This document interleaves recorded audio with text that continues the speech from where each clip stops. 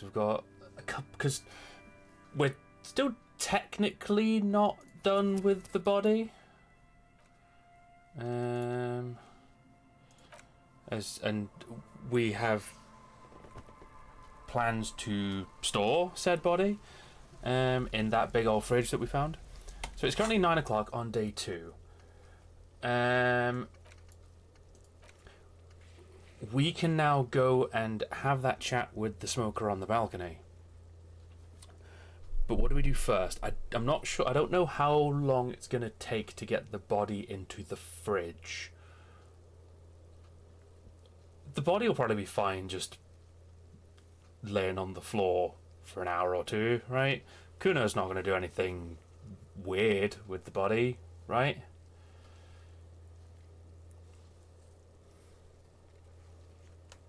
Ah, yes. The resident fridge expert, Spiffy, knows how to get many things inside of a fridge. What a time! What a time that one, man. That's a bit of a throwback now, isn't it?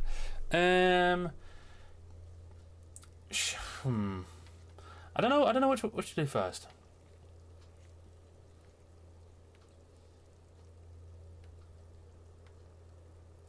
Yeah, the thing is, though, I don't know if by moving the body now I'll miss the chance to do this. But then if I go and do this, will too much time pass and Kuno's going to do something weird with the body?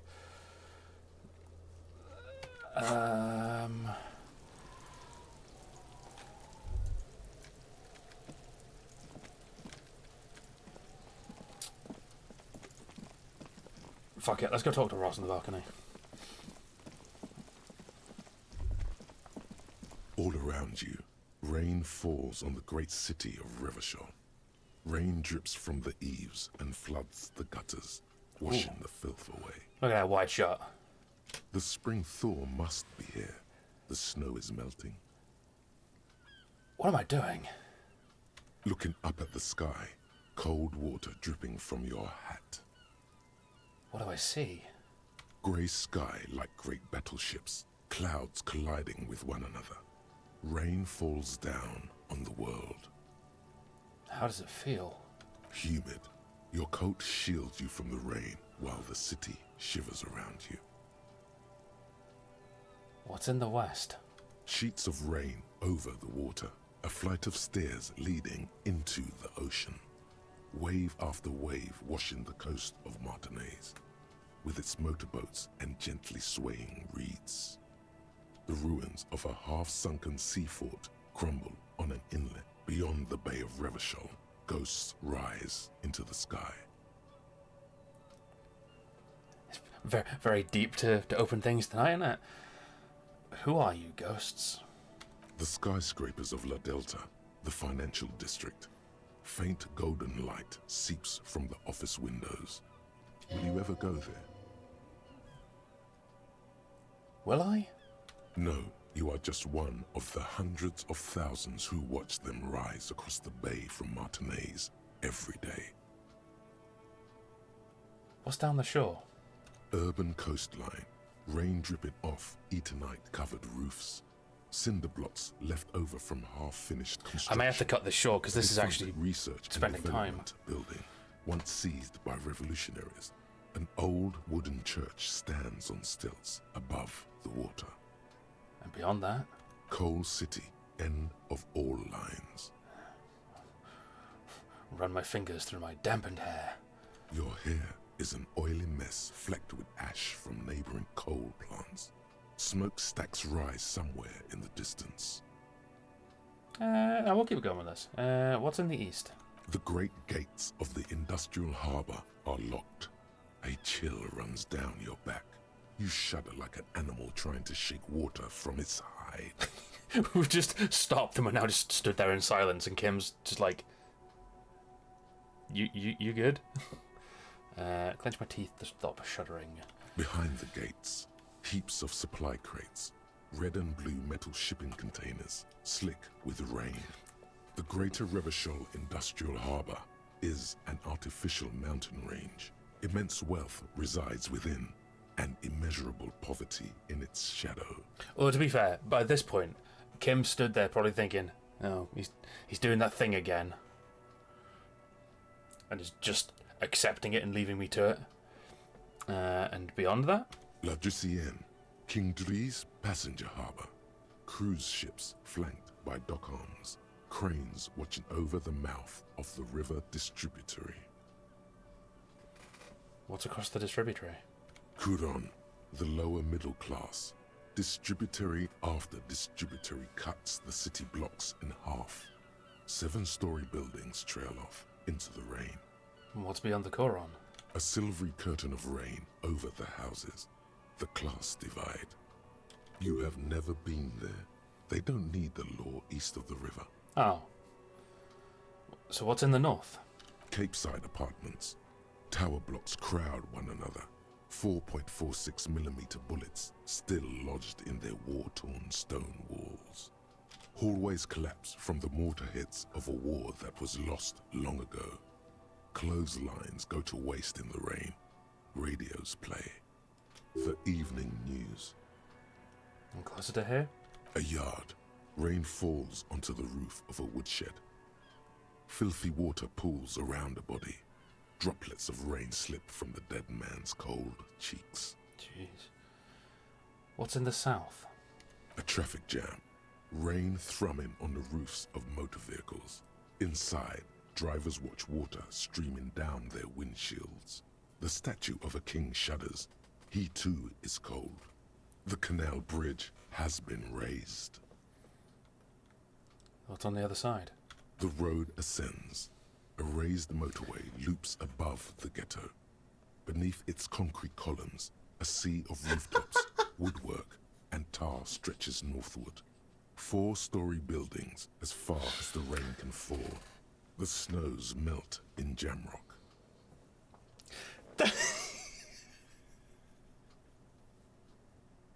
I have never seen this dialogue option before.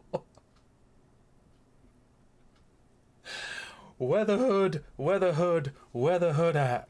Have a brother in the cut. Where the hood at? Yes! That's brilliant. That's so good. The spirit of DMX is with us.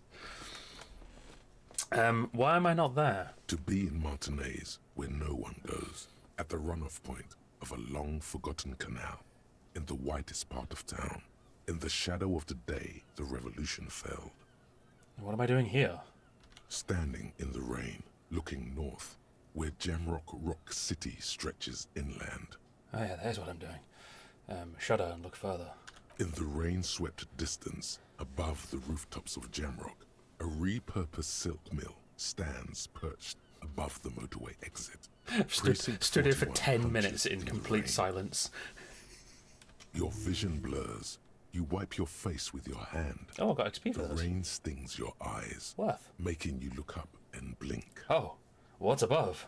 Coalition aerostatics hang like apparitions under the cloud cover. Way up there, where rain forms, rotors flutter silently. Your sight clears. Motherfucker. This rain will not let up anytime soon. At least we are dressed for it. Let's keep moving.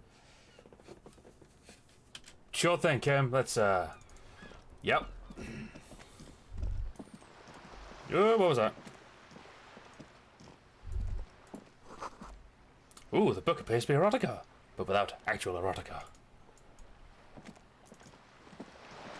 Mikey would be very disappointed.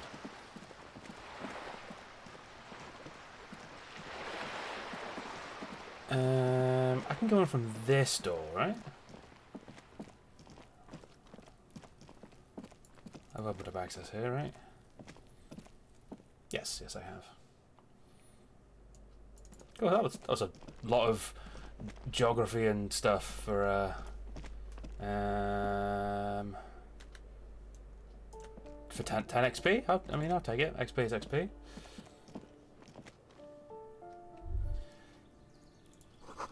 The maroon glow of light pollution rises from the east.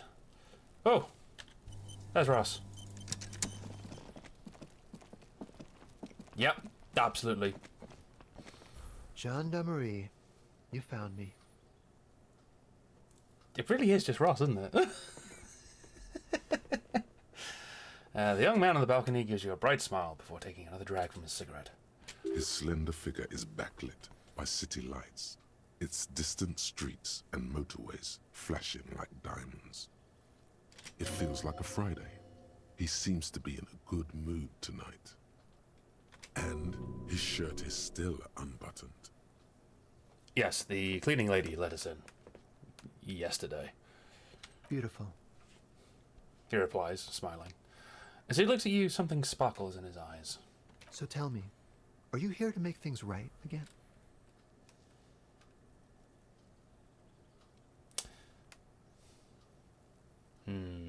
I'm not going to make things just right. I'm going to make them spectacular. Beautiful. He says again. A nearby street lamp casts shadows on his chin, drawing out the slender cheekbones. I have some good news for you. My Sunday friend is visiting me tonight. I told him about you and he'd like to say hello. Step in. He's already waiting. By the way, really digging the view here. Just point at the city skyline. Mm-hmm. That's why I chose this place. Martinez is special, isn't it? Wait. Suddenly you are digging things? Don't worry about it, Kim. Don't worry about it. Is it Friday tonight? It feels like Friday. It does feel like the end of the week. It's so magical. The white falling against the black. Very, very well then. I'll talk to your friend, but first I want to talk to you. I have so many questions. That's nice, but I don't have anything to tell you. It's my friend you're looking for, not me. Okay. He takes another drag of his unfiltered cigarette and looks around. It's getting dark and the neighboring windows have lit up one by one. Besides, I've got to run. He's going to leave you alone again. That's sad.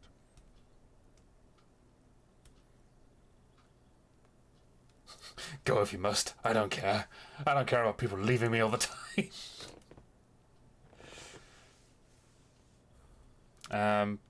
You know what? Run where? To the city. Oh, okay. It's a beautiful night. A man on high heels stumbles out of a basement club, music blasting over the entire district. It's chilly, and as the chemicals hit his nervous system, 1,000 shivers ripple through his body. All right. Go then. Take care, alright? Oof! 70 XP. Yeesh. And level up. Right, now we must interview the Sunday friend. He says with another disarming smile before slipping off into the night. And he's gone again. Looks like it's becoming a theme for him.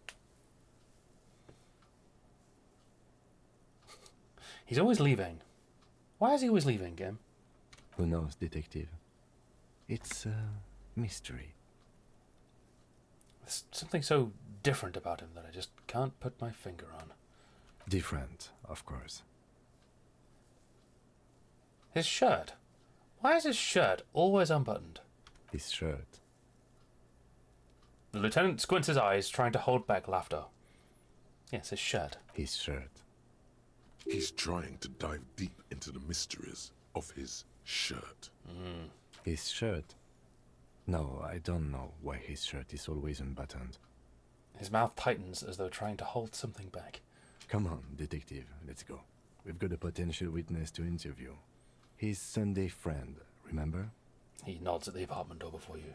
We will never solve the mystery of the unbuttoned shirt. Damn. Right. Let's spend a point. I have been putting points in authority because I do need points in authority for the big check with the big man. However, what have we got? Indirect modes of taxation. White mourning. No, I think we'll just put another point in authority, to be honest. Or maybe somewhere else. Where else could I put some points here?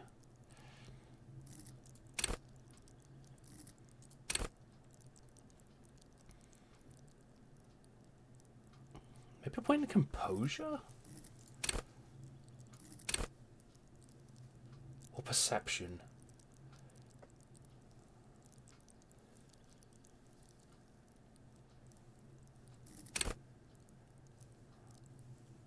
Or just another point in endurance for more health, maybe? Because so many things I want to put points in. I might just put a point in logic, actually. Raw intellectual power, because I'm an amazing policeman.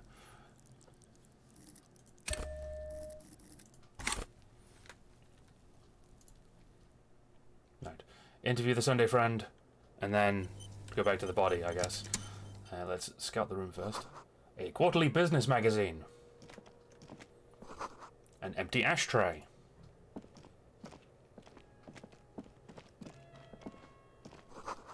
Dishes soaked up in a pot. Flyers for underground parties.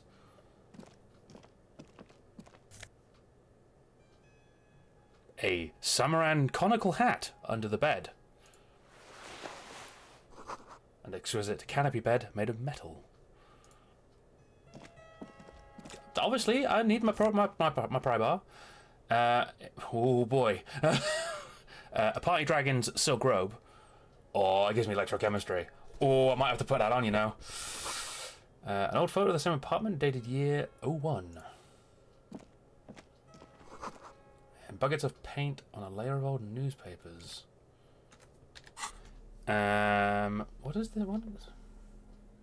Esprit de Corps and Shivers. This could be drama and electrochemistry, though. Oh, Christ almighty. Oh, yeah.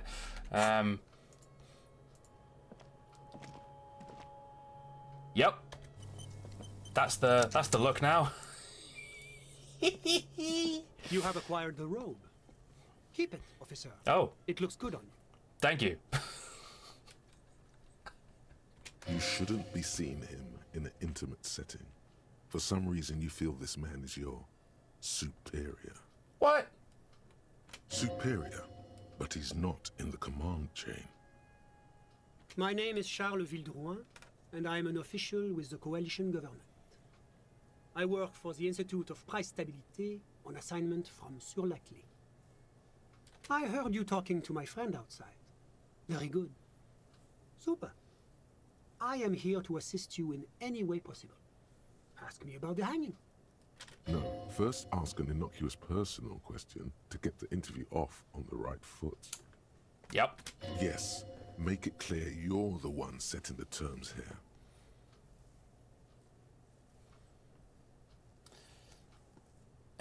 Before we get to that, tell me where you got this beautiful silk robe from.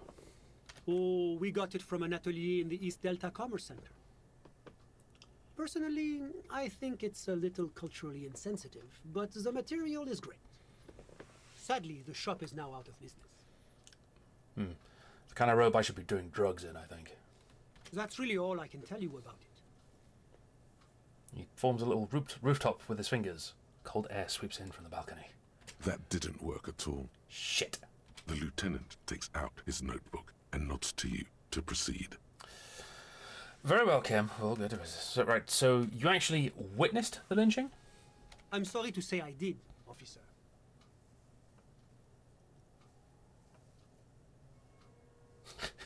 Turn to Kim. This is just the break we've been looking for. Easy, detective.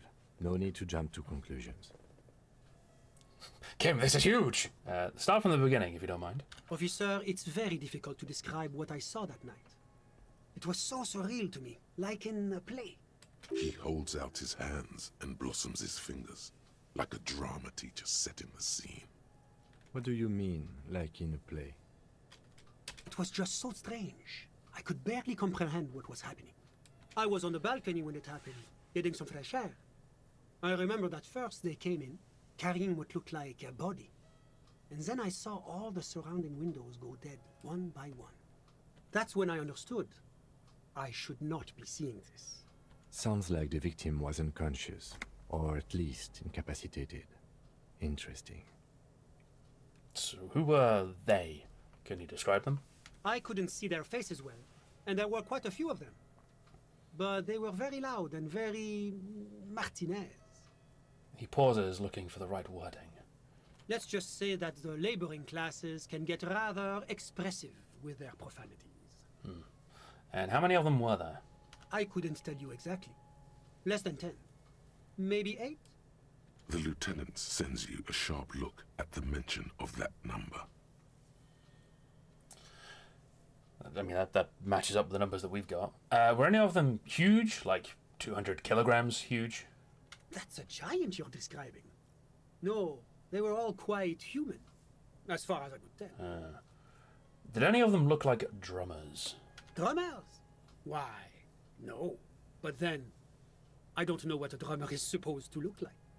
I think we can drop the drummer angle. That was my bad. Okay, what happened next? I went back inside. Were you able to see anything from inside? Officer, the yard was pitch black. There was nothing to see, but I could still hear their voices. They were threatening to kill that poor man. Were they men? Women? All men, I presume. But again, I couldn't see very clearly. Could you tell what ethnicity they were? I believe they were mostly white, though I believe I saw 2 Areopagites among them. And I am quite certain that one spoke with a Mesk accent. Okay, so what happened next? Well, that's the strangest part, officer. Nothing happened. It was oddly quiet for a public lynching. What do you mean nothing happened? They lynched a guy.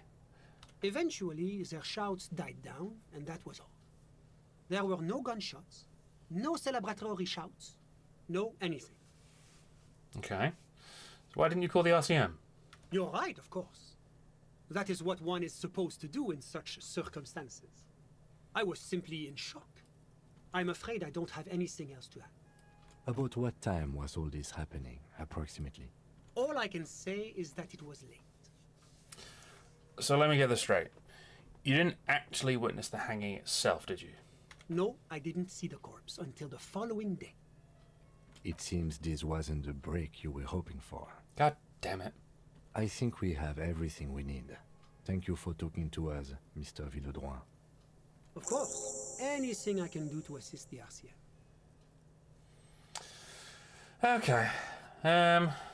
While we're here, what's an official like you doing in Martinez? The Coalition is only looking out for the price stability. Inflation is a killer, like a heart disease blocking the normal circulation of the economy. It must be controlled. The economy impacts the entire international community, which is why it requires international oversight. Okay. But what are you doing here in this apartment? Well, I'm renovating it. It is an interesting project. The building used to be a 12-story skyscraper before the cannons took the top 4 stories off. This, of course, happened when the Coalition forces landed here. You could say I'm undoing some of the material damage the international community caused when we arrived here. Okay, you know what? I've got to go and see about a fridge, so I might come back to you. So enough business. Whatever you wish, officer. I got all I need. I'm gonna. A moment, officer. Huh? Do you have everything you need from me? I'm afraid we won't have the chance to speak again once you leave. Hold on. Why can't we talk later? It's against diplomatic best practices for an official in my position to be discussing murders with local militiamen. And I'm pressed for time. After you leave, I should be leaving as well. That's not the real reason he's so apprehensive. Men in his position shouldn't be seen loitering around in underprivileged young men's apartments in the middle of the night. That's why. I mean, thanks for the heads up, but I got everything I need from you. My work here is done. Of course. I'm sorry I couldn't be the break you were looking for. Good luck with the investigation. Evening, Shax. How's it going? We're doing all right.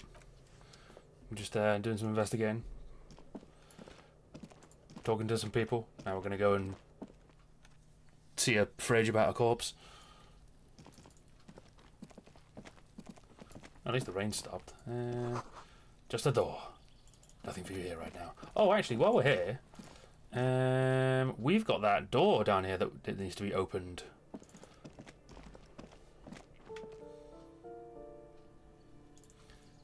This one down here.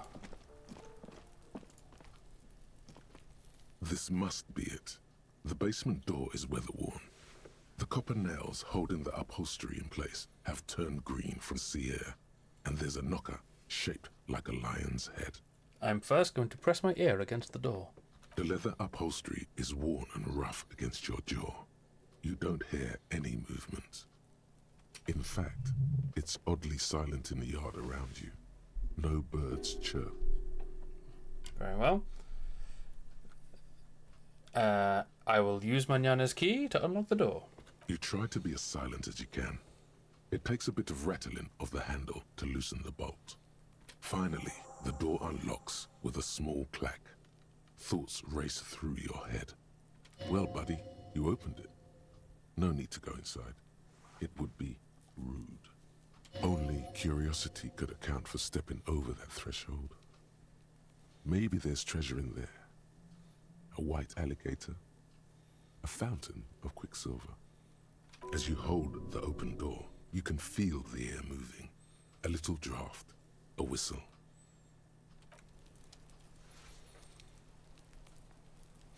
I want to go in the door.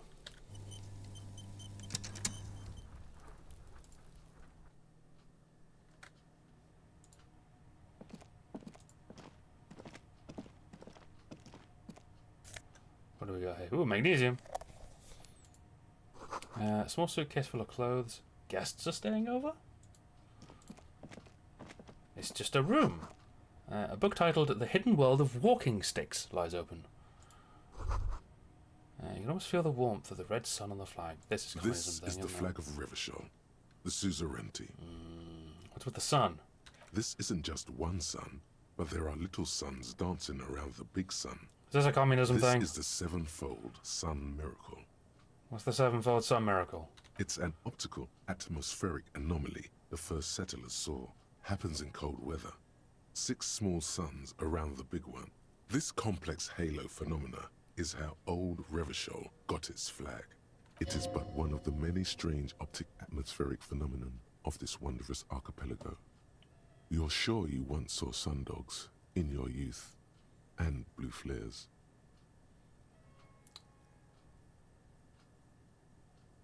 Lieutenant, the old flag of the suzerain. Mm-hmm. The tenant is an old-fashioned guy. By old-fashioned, he means very right-wing. I will not be bowing to the flag. The flag doesn't seem to mind. It's just a colorful fabric with a sun sewn onto it. Like all feudal flags, it looks like a children's drawing. Cool.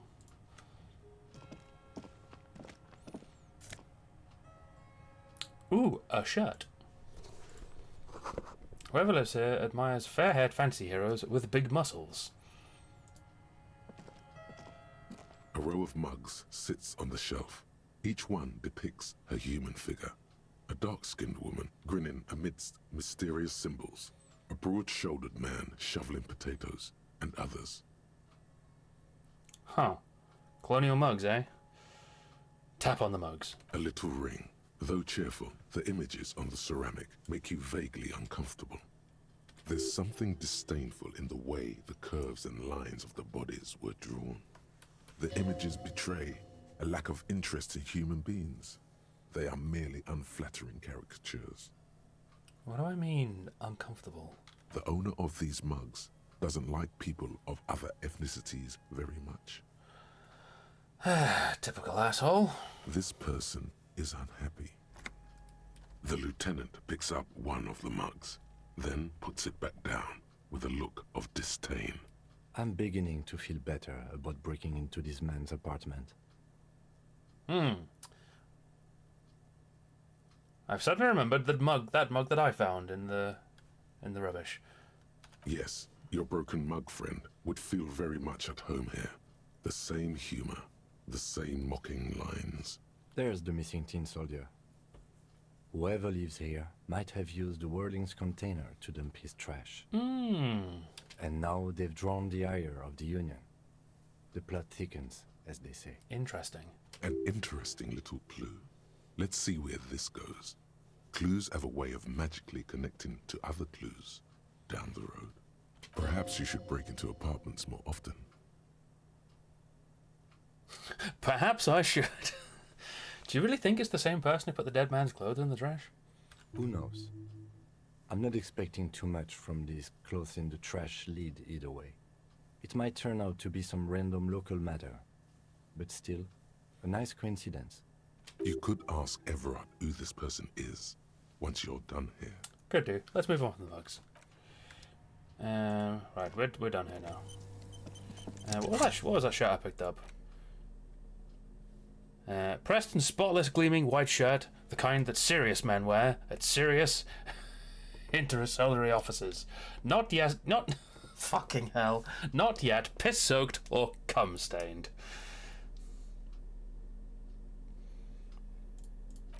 I mean, I don't see a problem with the fit at all, honestly.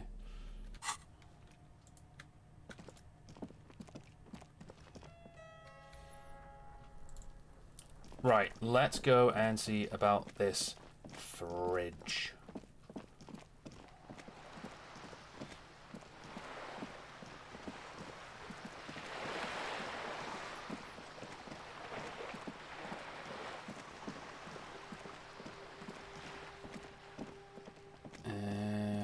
Get to it in here, right?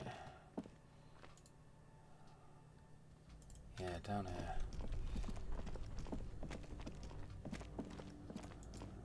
Oh shit, I need my torch. The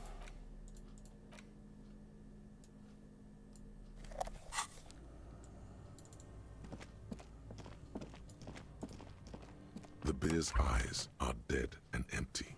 Ice inside the fridge slowly melting. The power has been cut off. Oh yeah, I think I did that, didn't I?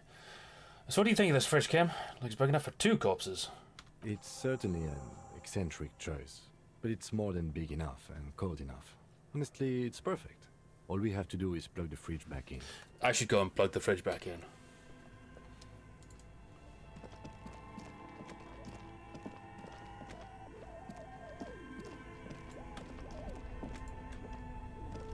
Both cables are unplugged from the breaker box. I can't remember which one was the fridge. Was it the giant red cable? A giant electric mammal awakens. The dead body is going to be safe in the embrace of its cold innards. Yeah, it was the giant red one. Great. The owners of this building will just have to keep paying for the electricity sucked up by this monstrosity a little longer. Let's return to the fridge. Alright, Kim. Back to the fridge. The bear's eyes are still glowing red, watching over all the ice cream wrappers hidden. I can't remember why we're fridge. fridging the body. The fridge is plugged in now. Will you help me with the body, Kim? Of course. I'll take the head, you take the feet. It's not going to be the easiest thing in the world, but we'll manage. Okay, let's do this. The body is heavier than you expected and stinkier. Oh god.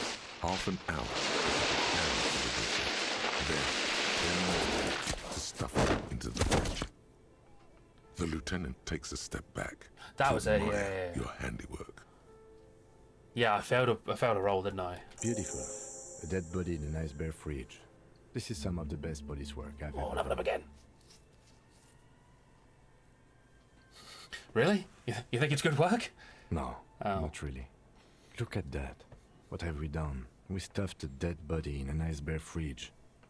This story does not leave this room. He means it. He doesn't want to be the ice bear cop.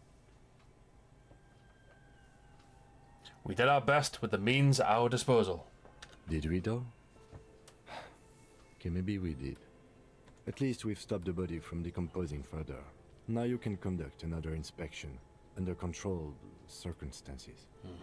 Inside the icy realm of the ice bear fridge, the corpse stands slumped, waiting. It's still not great.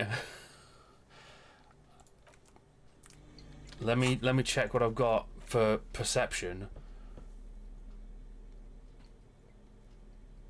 Probably nothing. Logic. Nothing. None of this is gonna give me perception.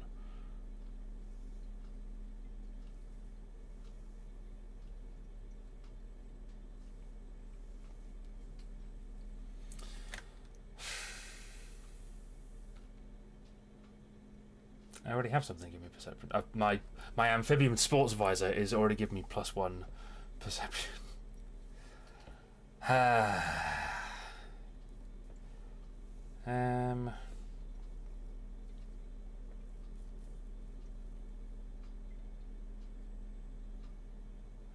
I've got an idea.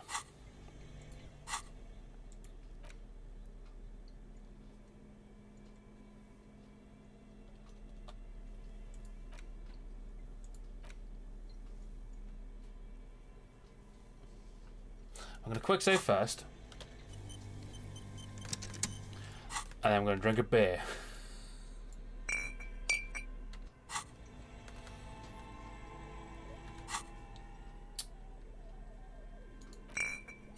Wait, nope.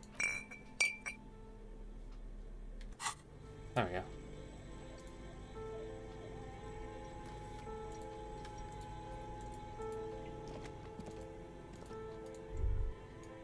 Why can't I...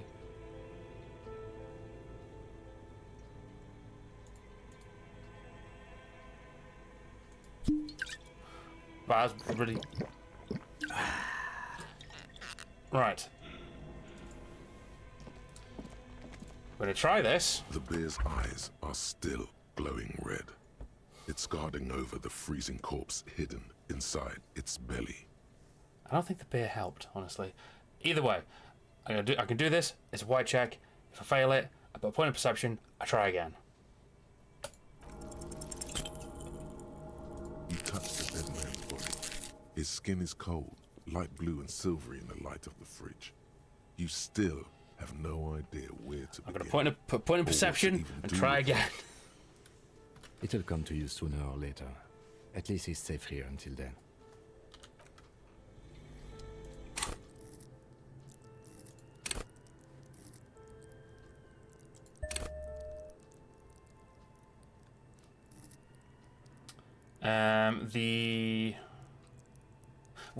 Why did I drink the beer? It's not... The beer doesn't affect motor aches. What? I'm fucking stupid. I'm gonna... Okay, I'm loading and doing that again. Shut up.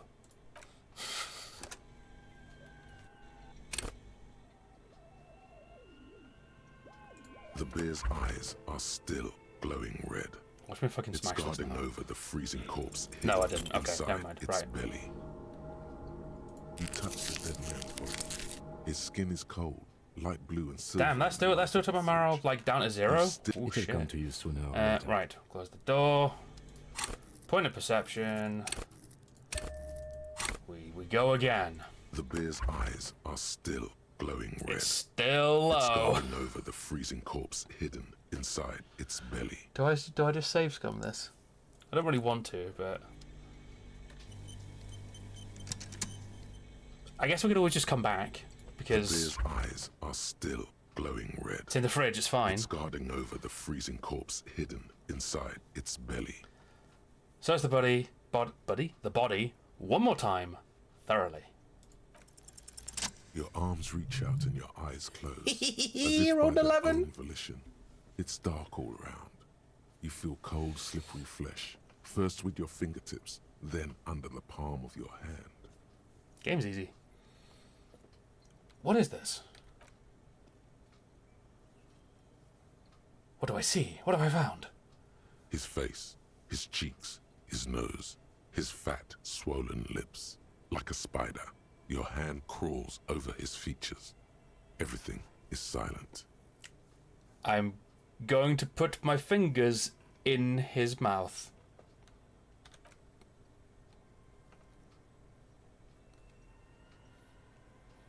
The oral cavity is cold and moist. A ball-like tongue attaches itself to the base of the mouth, lolling around like a scallop. You're on the right track. Play with it. This feels right. Open your eyes and look. A vision of black and dark red death, pried open by your naked hands and studded with teeth. Looks like he's laughing. Death fumes rising from the throat, and there, in the back of his mouth, above the bell of the uvula, right in the soft palate. You see a hole, barely visible to the human eye. It is swollen shut, almost vanished. No larger than 0.4 centimeters in radius, the edges appear darkened. An abrasion collar. This is what we're after. Abrasion collar. Actually, no. We say, fuck yeah. Keep going. Touch it with my finger. Gently. A black trickle of liquid runs into his throat Oh, from God. a wound. Put your finger in. Your index fits right in there. A tight tunnel of flesh opens up. Tissue damage. Wide enough for 2 fingers. As you push both in, you reach through his mouth, right into his brainstem. This is gross. Brainstem? Yes, that's what this part is called. Do I feel around first, or do I just push deeper? I feel around first. The basal ganglia feels clumpy. What entered here has torn apart his reptilian complex. This man will never sleep again, never wake. The funk soul brother at the back of his head has gone dark, forever. Push deeper. Your fingers slide into the remains of his limbic system. There is no resistance. It's gelatinous. The slug-like structures are damaged too.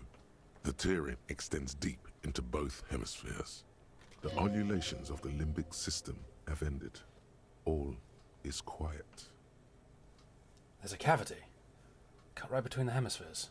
The lieutenant answers with the sound of his pen on paper. Push deeper. Your fingers are all the way in now, reaching toward the inside of his skull. The cavity goes further, but the entry wound isn't wide enough for the rest of your hand to follow. Wriggle in. Your fingers reach toward his skull. His cerebral cortex feels like jelly. Cold jelly. Strange fluid streams down your wrist as you push deeper, until you feel it on the tip of your finger. Sharp, serrated material. The edges cut right into your skin.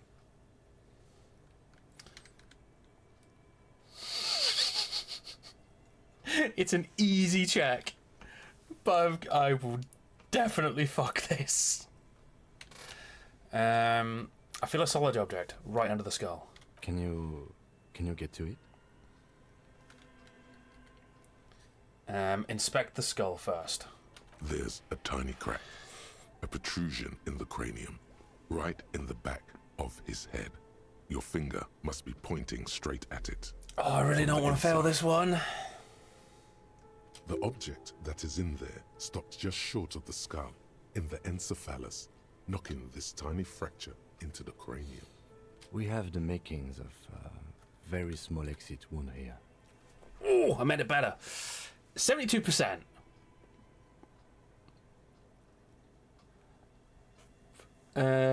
What do I need? I need to roll like a 6. Oh god, I am terrified to do this one. Oh my god, it's a red check as well. If I fail this, it's done. And that's a quick load. Oh god, fingers crossed, boys. Oh, thank god.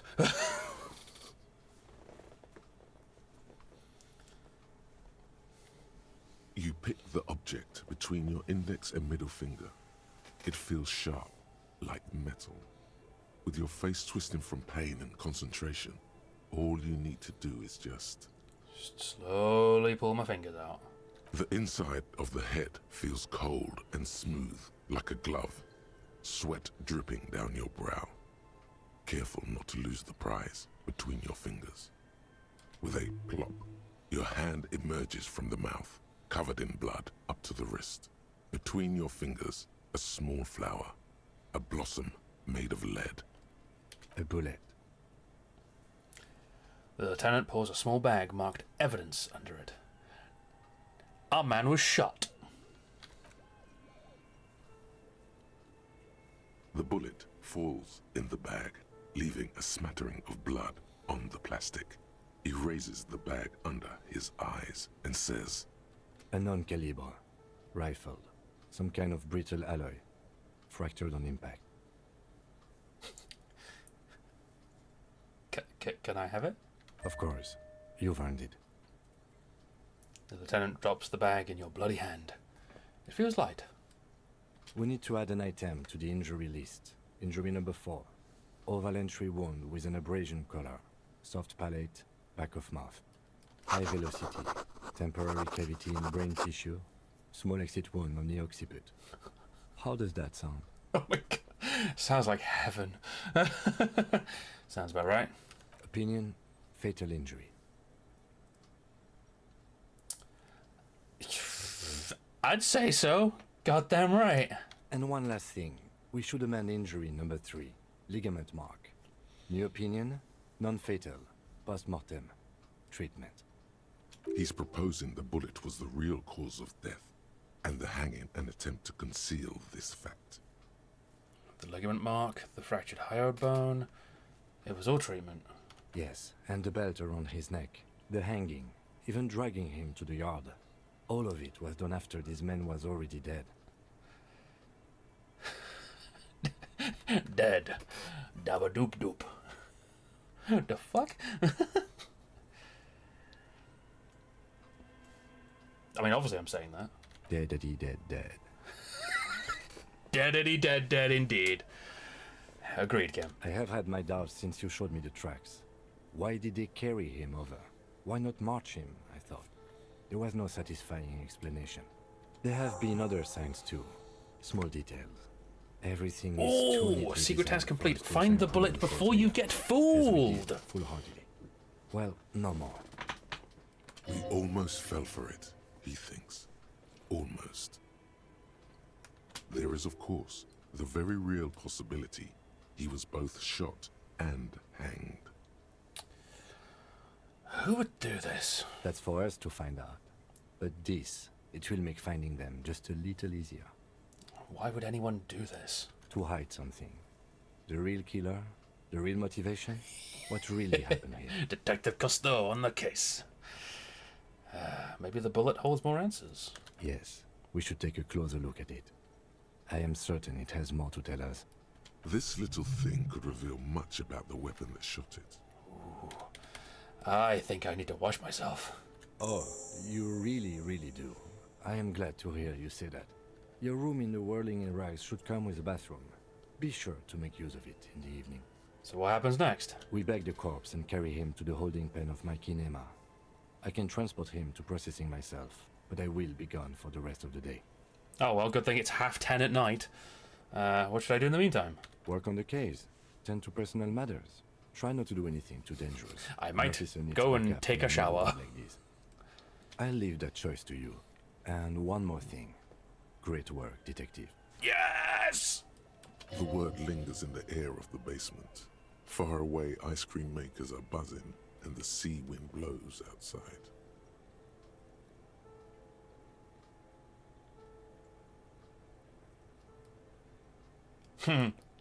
Detective. Let's bag him, Kim. Take him away. All right. Takes out a shiny black body bag and starts pulling the plastic over the dead man's face. I will need a little help carrying him. You take the hands, I'll take the legs. Bag the corpse and drag it to the motor carriage. Hell yeah, now that's some police work. Yeah, it would have been awkward.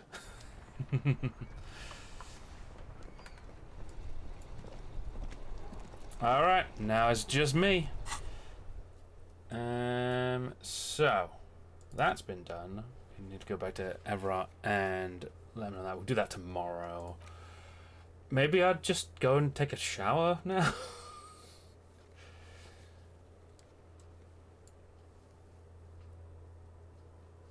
Do I go and establish authority to Titus now?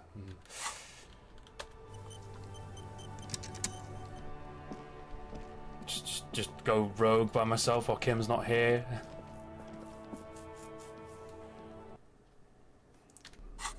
Let me just get my talking pry bar out.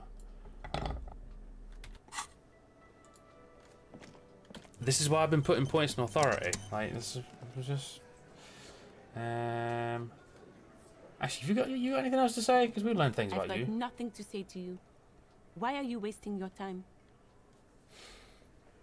Yeah, you, Lizzie, Elizabeth, Miss Beaufort. I suggest not wasting time on trivial pleasantries and focusing on why you are actually here. Titus Hardy.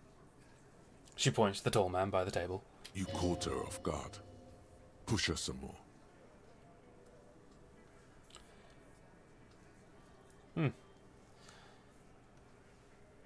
Hardy? No, not yet. I had another question. No. Talk to Titus. Shit! Can I try that again? I suggest... You caught her off guard. Yeah! Push her some more. Easy Leo told me about you. He likes to talk a lot. You are not here to chat up the legal counsel. You are here to question these men. You set the pace and the topic of these conversations here. Establish that. A man like Easy Leo could have said anything. Do not be restrained, sire.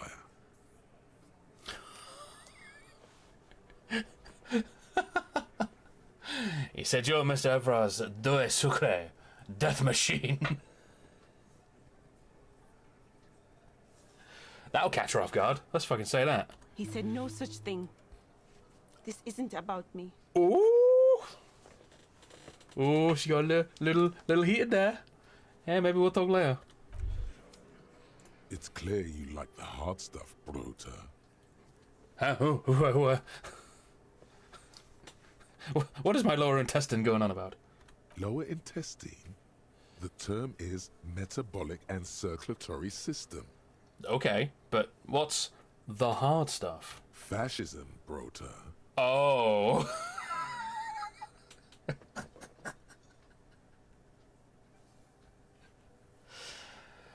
Right.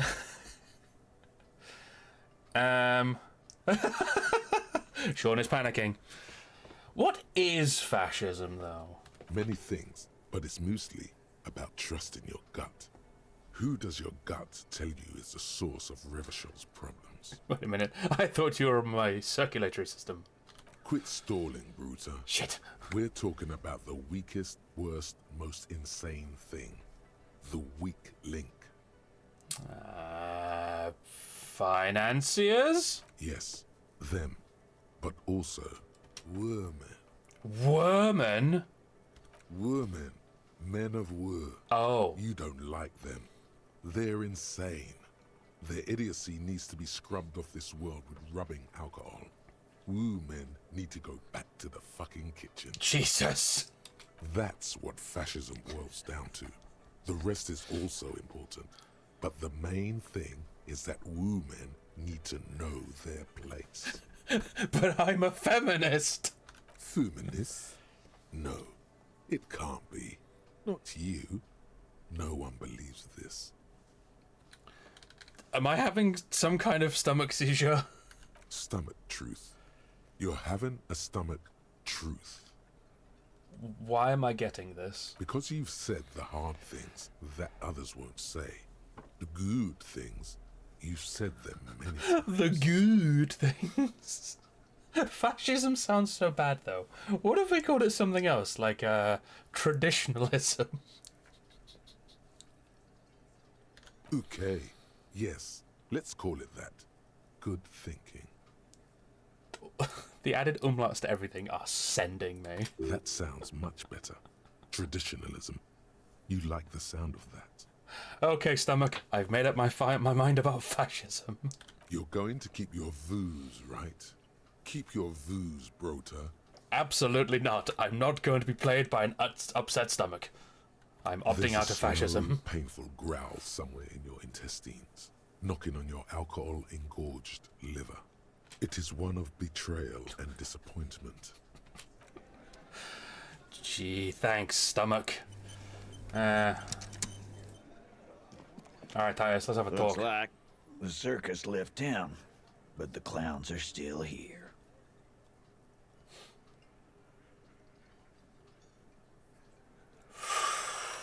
Ooh, it's ooh.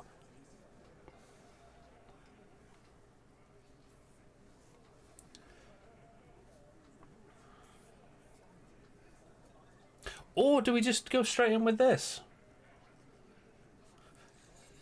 Yeah, that's what IBS actually is. It's just your stomach trying to convert you to fascism.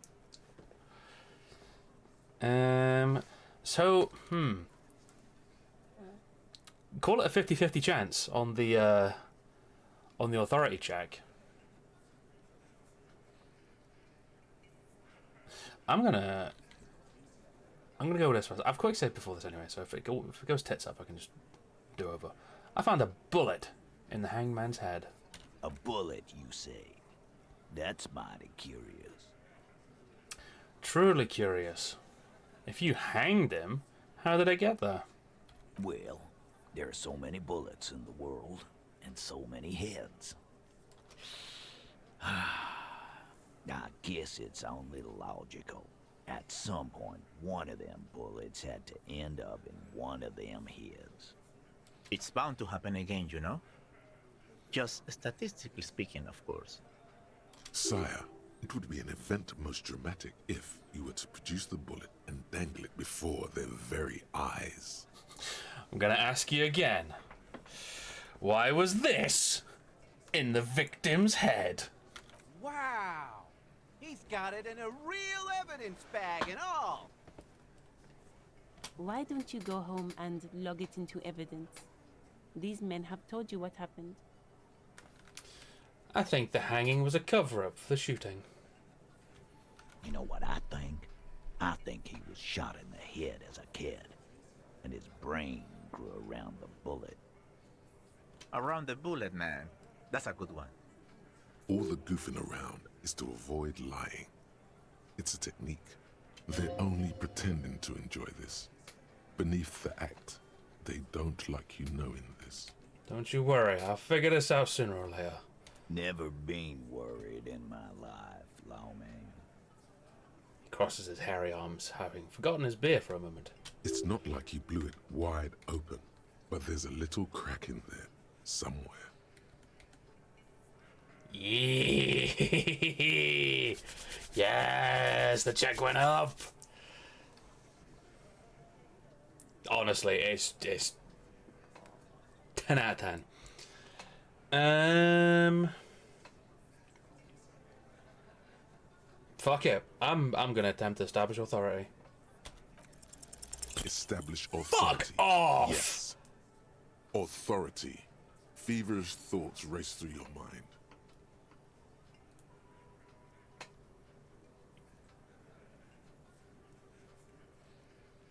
I want to do it for nah. I'm not happy about that one. Nah. I'm not having that. Yeah, look away, boys.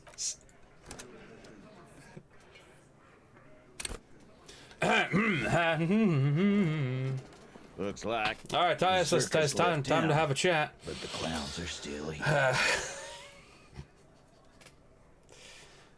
Yeah, found a bullet. You say. Yeah. Sire, it would be an event most dramatic if you were to produce the bullet and dangle it Very before good, their Shax. very eyes. That's good. That's good power. Yeah.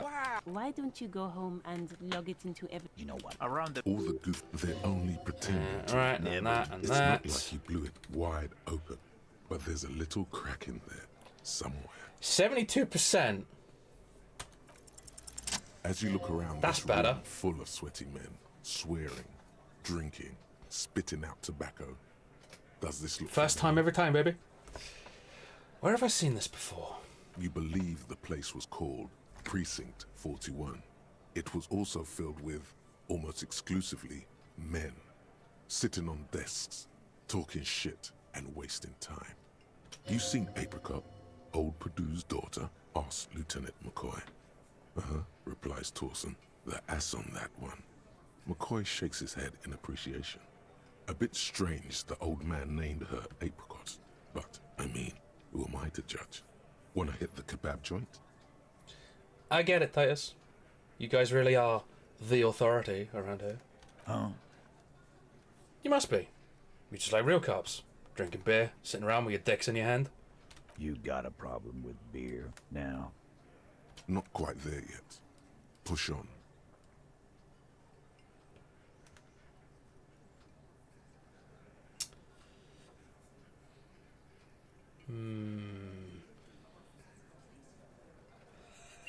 I have a beer problem, but not a problem with beer. I also have no idea how to do my job, like you.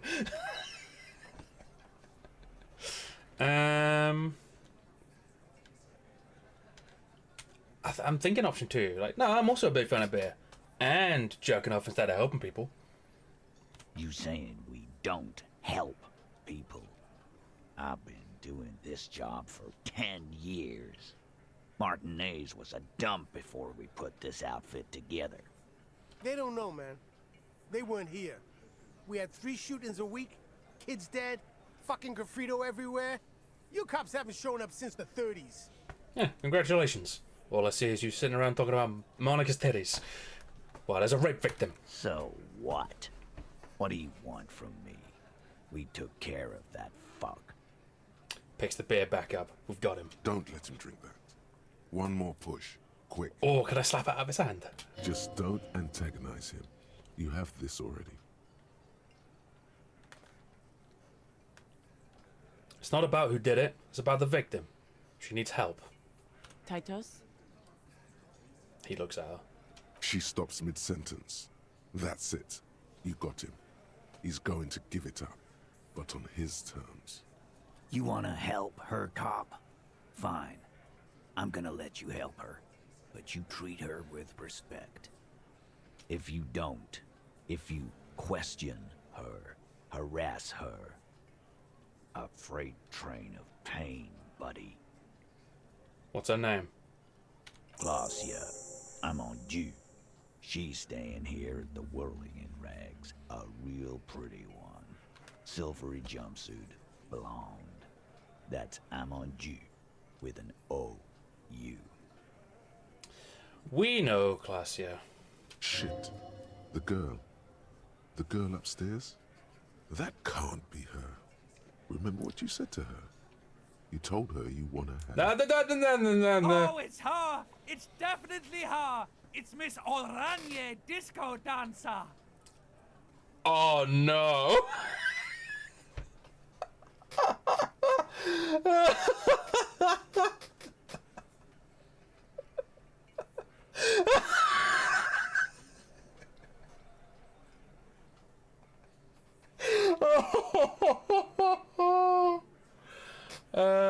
Right, so we're look, it was the very start of the game.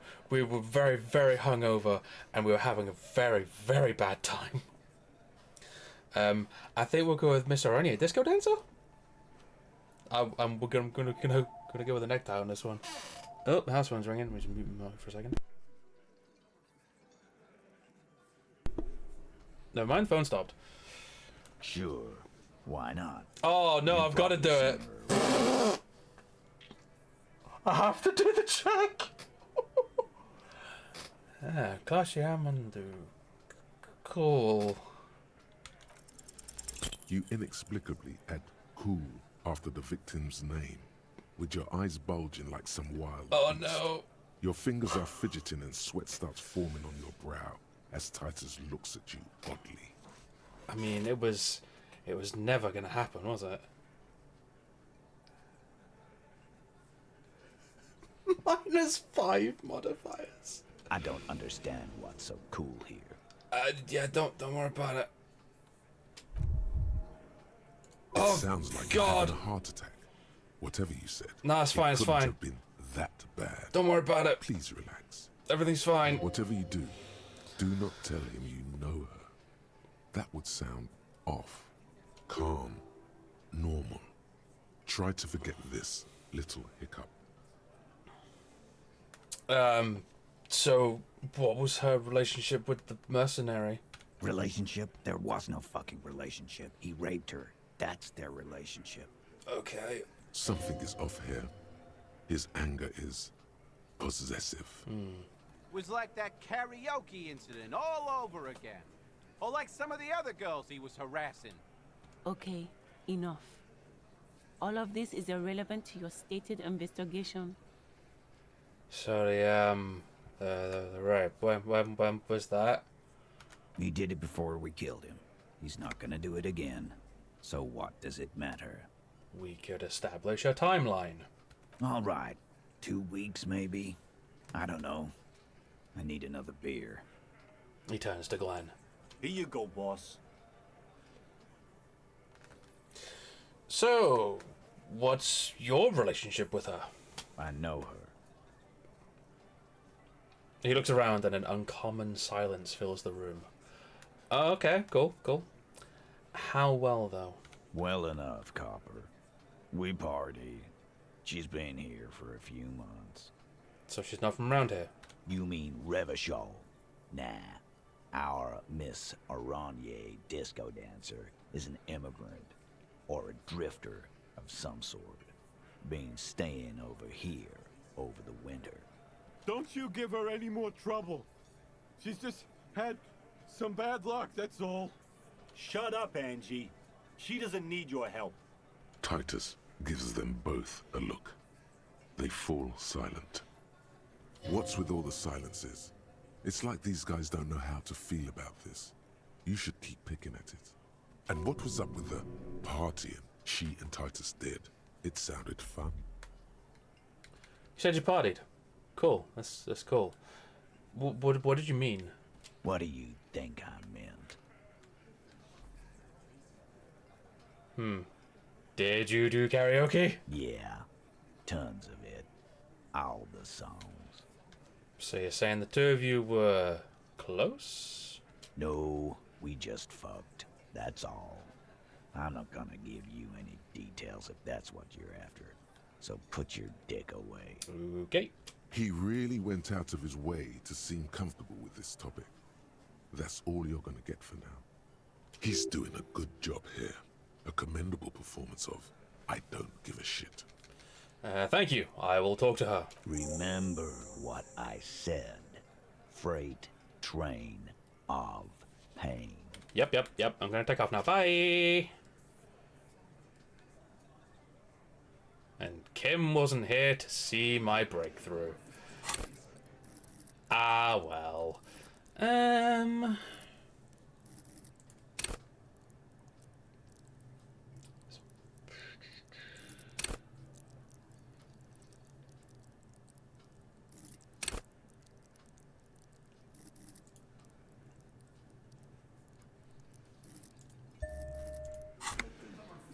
So, I mean, that went fairly well. It could have gone better. But wasn't horrendous.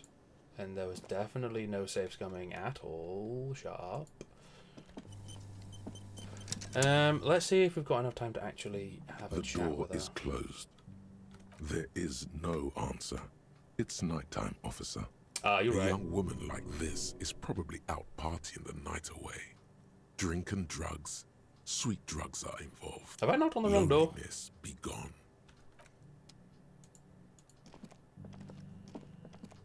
Oh, I knocked on the wrong door.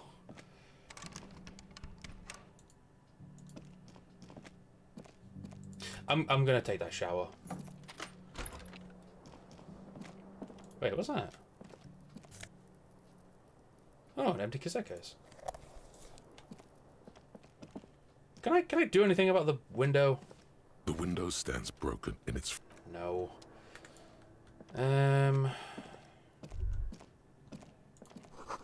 Words fail to describe how rank it smells in here. They should have sent a poet. This is not the cleanest bathtub in the world, but it's cleaner than you are right now. Has that tap been running on the sink like the whole time? Ah, that soap scum smell. It smells like life, at least compared to you. I'm gonna run myself a bath. The bathtub slowly fills with water. The water beckons. The water is only lukewarm, but still comforting, like amniotic fluid. A few beer cans are bobbing up and down along your flanks, like sad duckies. I maybe should have taken them out first. You feel nice and lonely, and so tired. I I'm gonna leave the beer cans in. The cans continue to bob, as do your thoughts, aimlessly splashing up against the sides of the tub. They're not even really thoughts, just assorted sensations. None of them acute enough to focus on. Ooh, let's imagine something. You see the corpse. You can still smell the cadaver on you. It's going to take more than one bath to get rid of that stench. Then, houses along a narrow street. A video rental. Darkness on the planet's curvature. Linger in the tub a little. Your fingers grow pale and are covered with tiny whirls as the water cools. That's enough bath. The waterline recedes as you stand. 30 XP for that, goddamn. Your clothes stick to your still moist skin. Cool. I don't. Nothing. Can't do anything about the door. What can we do A here? mirror hangs on the bathroom wall. In it, your face. Oh, I can. With the expression. Hang on. Where me cutters? A mirror hangs on the bathroom wall. In it, your face. Oh boy. Interfacing.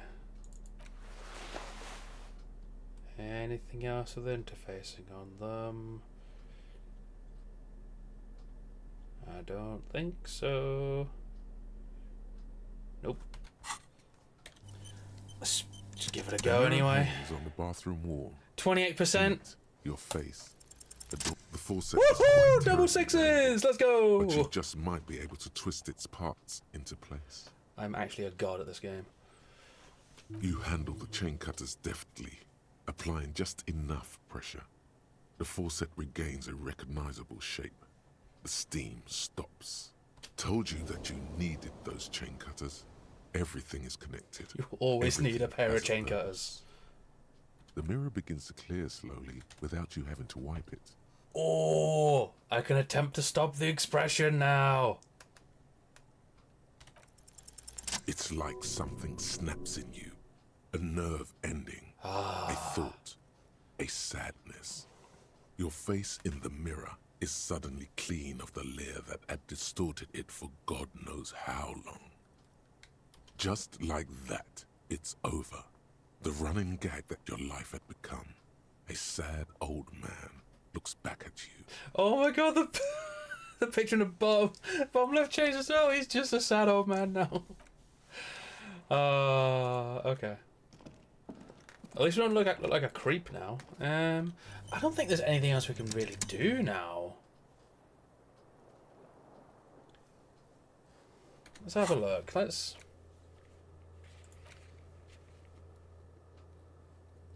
Right. That we'll do this first thing tomorrow. That'll also be a tomorrow thing. Yep, sure. The tattoos, I don't know, maybe we can get something from her about it? Call tomorrow about that.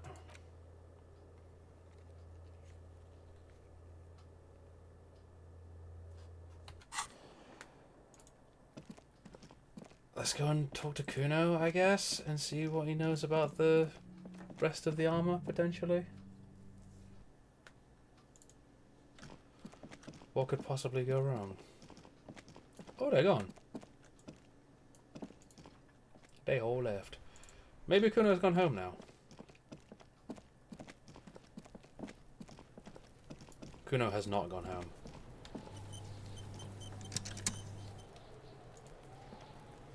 The kid doesn't even look at you. You're dead to him. Oh, right, yeah. Forgot about that. He hates us. Oh, fuck you, you little prick. You see a set of tire tracks in the brown slush that I've not covers looked the at this plaza before. mosaic.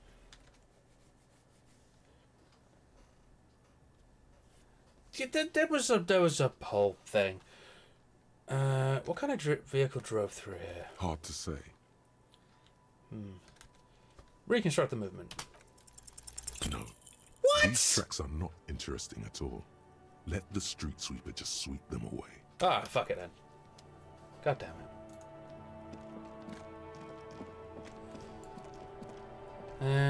Yeah, I don't think there's anything else I can really do now. Maybe we just end the day and move on. Because I think day 3 is when I can get across the river as well. So that's...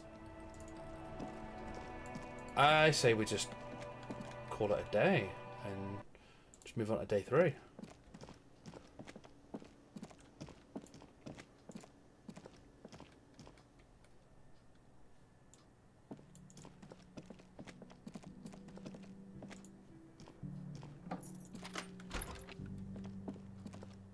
Big day, though.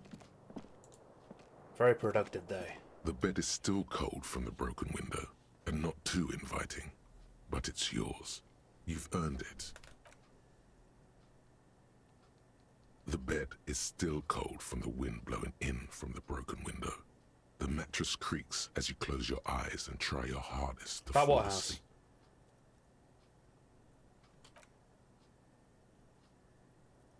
Here we are again, my broken bud. Oh boy. Waves are coming, carrying you away. But you can't go. No, you have to stay. Always. Wait, why would God know anything about aware that? of yourself. We can have a chat with them tomorrow anyway. You're not cooperating, brother man. Why? It's your disgusting body. Even through your sleep, you feel a vague discomfort suffusing it. Your belly and your sides are unpleasantly tender. You wish you could curl up into a fetal ball of safety. But you cannot, because of the pain. Yeah, the limbic system stuff is, quite unsettling at times. That pain in your right side is your enlarged liver, by the way. As for your kidneys, you've really been compounding the damage lately. They'll be alright. Every cell in your body is moaning in agony, asking, what did we ever do to you? It's all the system's fault. The system failed me.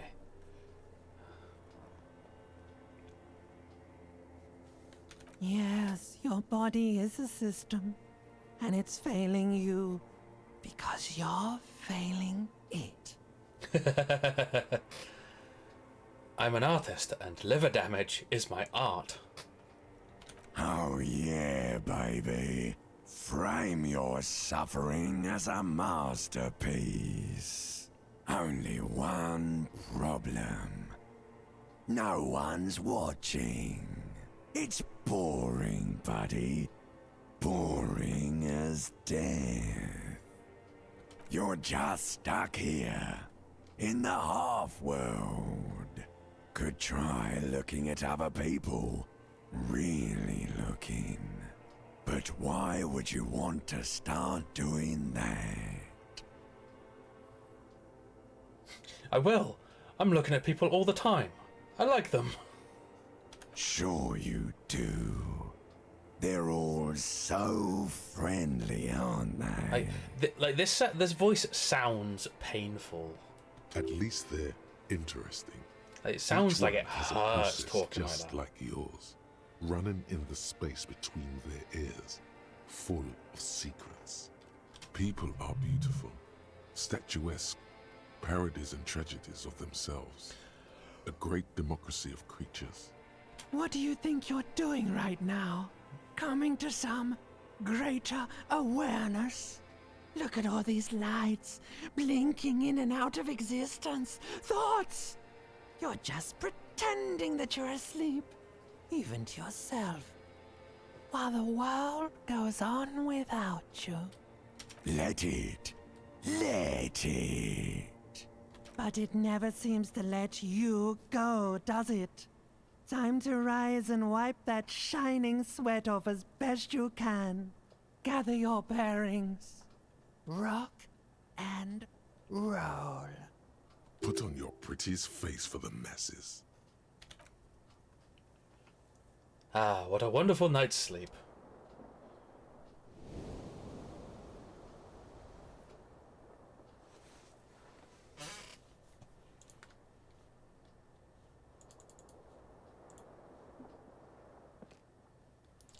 I'll be get Harry. There's work to do.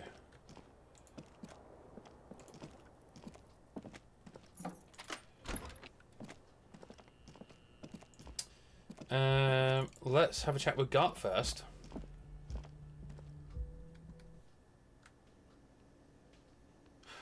Oh, these two are here now. I remember these two. Sup, Kim? Can I help you? I don't think he has anything to say about it. About my bill for tonight. Got the 20 real. Good. There you go. You got the room for the night, but remember, you'll need another 20 real tomorrow. Yes, I know how this works now. Take it easy on him. Deep down, he really hates being the guy who has to remind you. Another thing. Great. I love those. I saw a sign that said I couldn't go into the kitchen. Why can't I go into the kitchen? What are you, a cook now? That's none of your business. But there may be something pertinent to the investigation in the kitchen.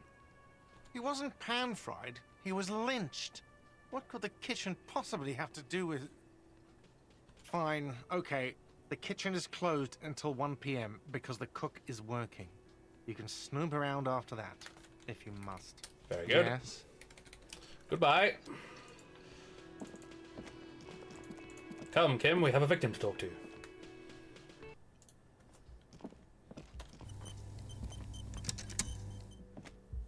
The door is closed. Who is it? Tired. Controlled. This is the police. Can we come in? Come on up. The door is open. I'm drying my hair. Sounds like it's coming from upstairs somewhere. You could snoop around before going up. You're right, I could. Piles of dirty clothes, a woman's. Hotel bill calculations, I had an extended stay. The room has sad all over it. Reminds you of your own.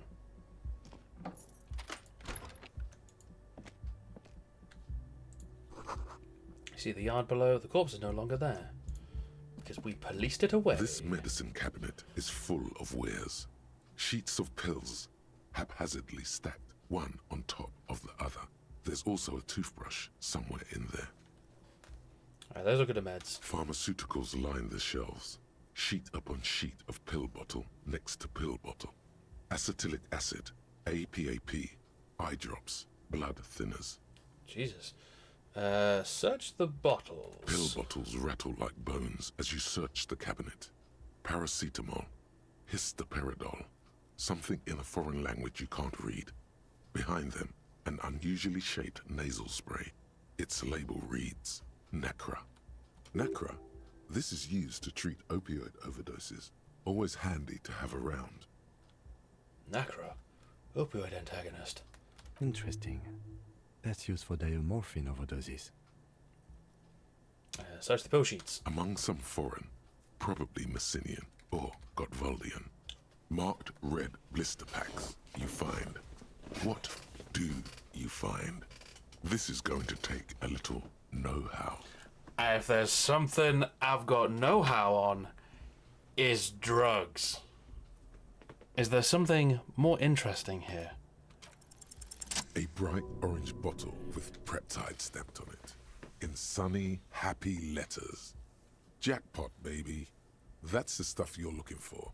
Your palms begin to sweat just holding that little plastic container. What's so exciting about this orange bottle? It's speed, man. Just what you were looking for. Oh, they call it yeah. dextroamphetamine and talk about psychological disorders. But what we're seeing here is some scientifically advanced trucker speed. I do have that need for speed. I'm gonna try and take it in secret. Silently, Oh, yeah! the bottle slides into your palm. Then, as you turn, into your pocket.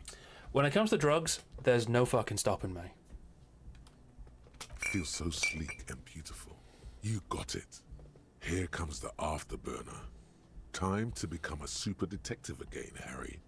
Just put it in your sweaty little hand now. Oh, we're gonna have a good time with this later. Yeah, quite the collection in here. Anything of note?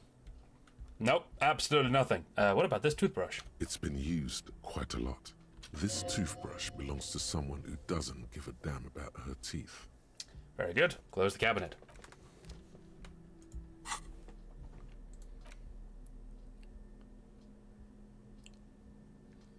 That's the shit I needed for my Motorix. Oh. We'll save that for later. Is there anything else? Nope. Alright, upstairs we go. Ooh. You feel someone watching you behind the glass door. A woman. The bed has been hastily made. This window is pristine on the inside, unlike the one next to it. Light from the desk lamp reflects off the glass in an untarnished golden halo. I run my finger across the surface of the glass. Smooth as ice. There are spots of mud and rain on the outside, even smudges. But the surface of the window is clear from the inside. No chips, no hairline. Oh, Sean, fractures. bad Sean. Your stomach's making noises again. Following your lead, the lieutenant leans in closer to inspect the surface. This window was recently replaced. Looks like it, yes. You know which window has not been recently replaced? The one I smashed in my room? Yes, that one. Cold wind is seeping in right now. Just one floor below you. Messing up your concentration here. Stop distracting him! He has work to do! Plus, if I recall, the window has been giving him shit ever since he got here! You're right, horrific necktie. I believe.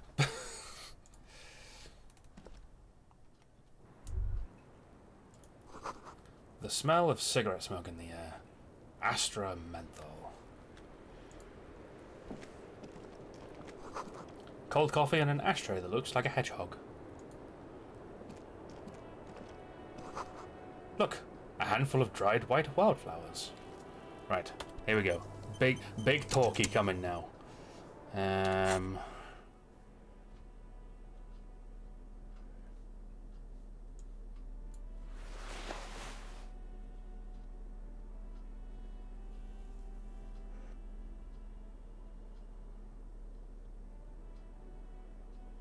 Just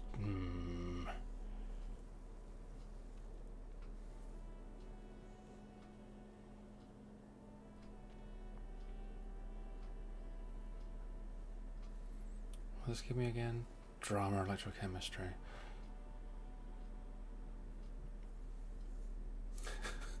my clothes give me +4 electrochemistry.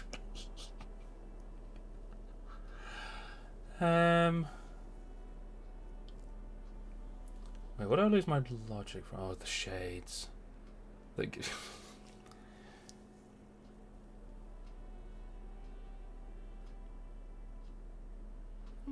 I think we just stick with what we got.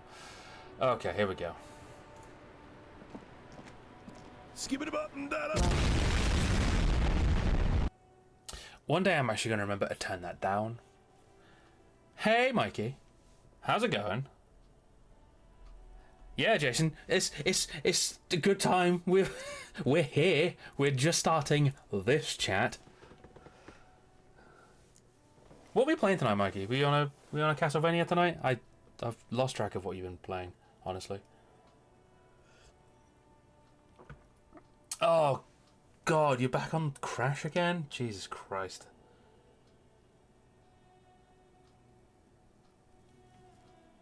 Crash and it's... What? Which Crash are you playing? The young woman has a cigarette in one hand and a cup of coffee in the other. Her hair is still slick from the shower. Wait, which one? Wait. I've never even heard of Mind Over Mutant. Like, what?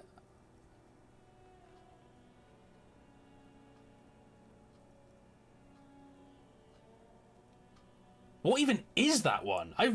What? Below her silvery jumpsuit, an athletic young body, built, long and lean. Also, what do we think about Harry's current fit?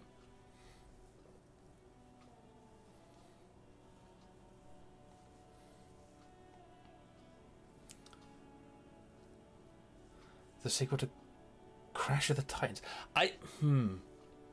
I have a vague recollection of Crash of the Titans being a thing, but also I know nothing about it. it's the plastic bag that really completes the look. It's like I beat him up when we bat a big monster and right. What the fuck? What? I'm sorry for the mess down there. The cleaning lady hasn't come by in days. I'm beginning to wonder if she ever will. Don't worry about it. I actually did a little bit of tidying up myself, specifically in your medicine cabinet. I took your speed.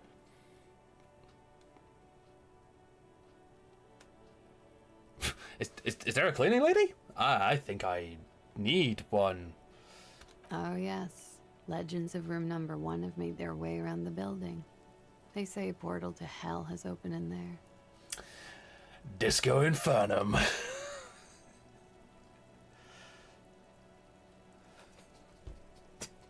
Sure thing, Mikey. Cheers for the raid, buddy. We'll catch you later. Fuck's sake. They also say that's why the cleaning lady quit. Because of the Infernum. Damn. I'm Kim Kitsuragi. I'm a detective from Precinct 57. I see you've already met my colleague.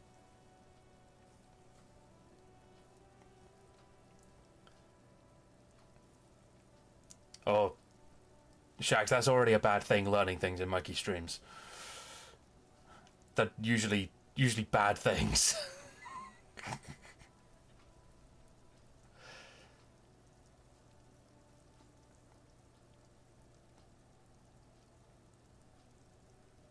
Yeah, I'm familiar with that. This does not come as good news to him.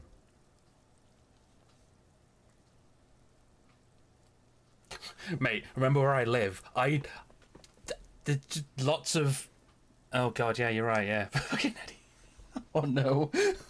The beast Eddie Hall. Oops.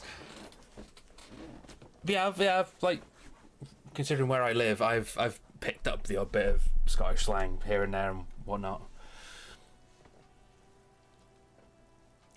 Oh. Have I ever? This is the one and only superstar cop. It's kind of a big deal around here.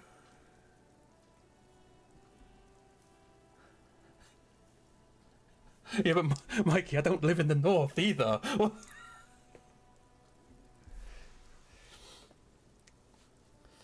I like how both Mikey and Jason simultaneously just straight in there saw you right down the river. No, I'm not in the north at all. Like,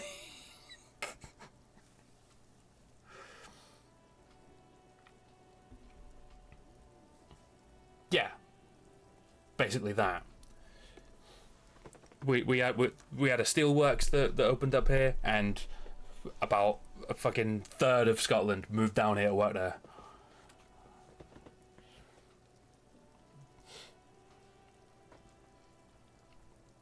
Yeah, we're sort of same sort of level as the Midlands, that kind of area. God, I should not be getting everything that isn't London is the north. Yep.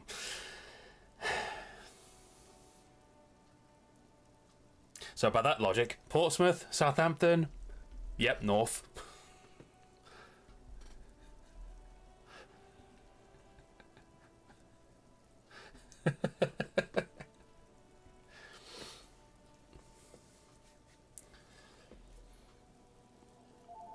Oh, fucking phone ringing again.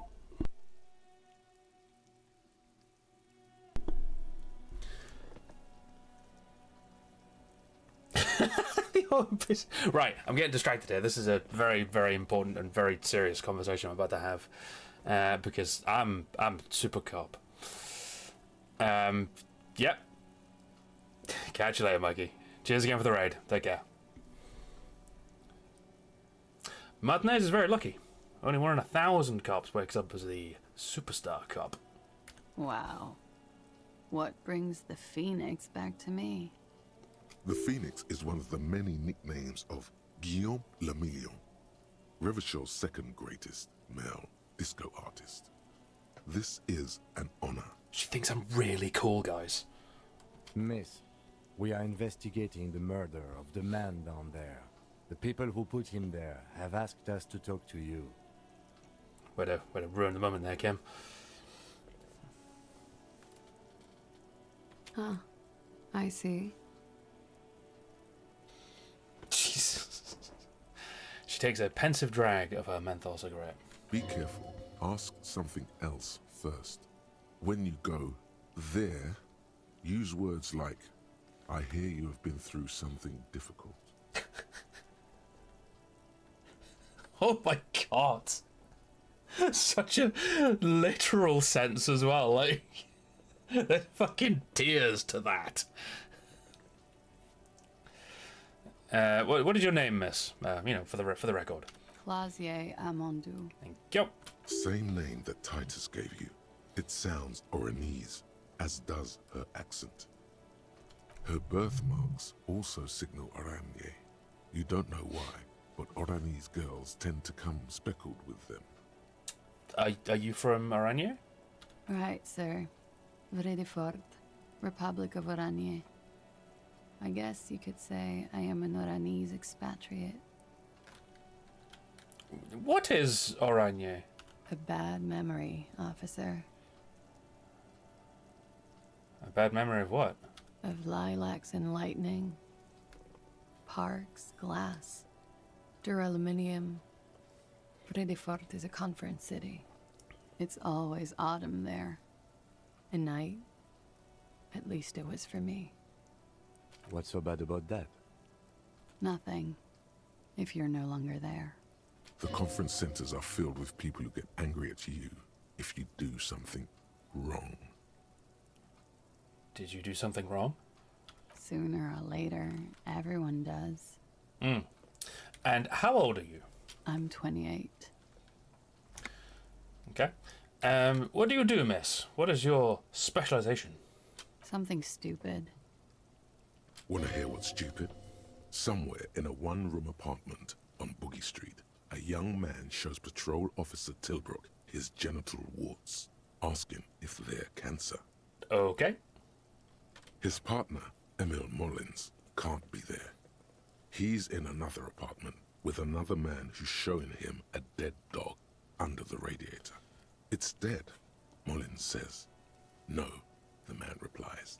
I touched him. He's warm. It's the invasive police voices in my head. He's warm, Mullins replies, because he's under the radiator. You're a cop? No. More stupid. Oranese lit. Oranese lit? Oranese literature. It's what I studied at the university. What is Oranese literature about? Fear of failure, fear of death, how it sucks to be Oranese. All national literatures are... Only the name of the nation changes. If that's true, then Revacholian lit would fit you like a glove. So Oranese lit, what do you do with it? Nothing. I do nothing with it. How do you make money then? Money's very important. Just start waving money in front of her. Yeah, cool. It's not very cool, but what can you do? Can we take a look at your passport, please? I'm afraid you can't, officer. Is it because you don't have one? Why is that? Because it's buried in a sealed plastic bag at an undisclosed location on the coast, along with cash and airline tickets. Ah, so you don't have it. Thank you for your candor. Why? They say so in your tourist brochure. Keep travel documents away from your person when west of the river. I'm pretty sure I have legal right to demand your passport, miss. You know, being a policeman and everything. Look, officers, I like this place, but I don't want to be stuck wandering the city like a ghost after being robbed of my travel documents. I don't want to become an indentured servant in a brothel on Boogie Street, and I don't want my relatives to pay the ransom. There are plenty of other reasons for hiding your documents from the law. That's not why you hid it, though. It's also why I hid it. Why, yes. Kim is suddenly very attentive. I'm an unpopular girl. There are people back home who don't like me. If they show up, I'm in a hurry. The kind of hurry where you can't afford to not find your documents. But don't worry, this has nothing to do with your investigation. What kind of people are these? The ones that don't like you? I would love to change the subject. It's not important. Unless I'm some kind of suspect. No. Didn't she say you would have to interrogate her before? And that she didn't do it? What was up with that? Earlier you said I'd have to interrogate you. Suspects are interrogated. Well. It seems I either underestimated you or overestimated your hangover, officer.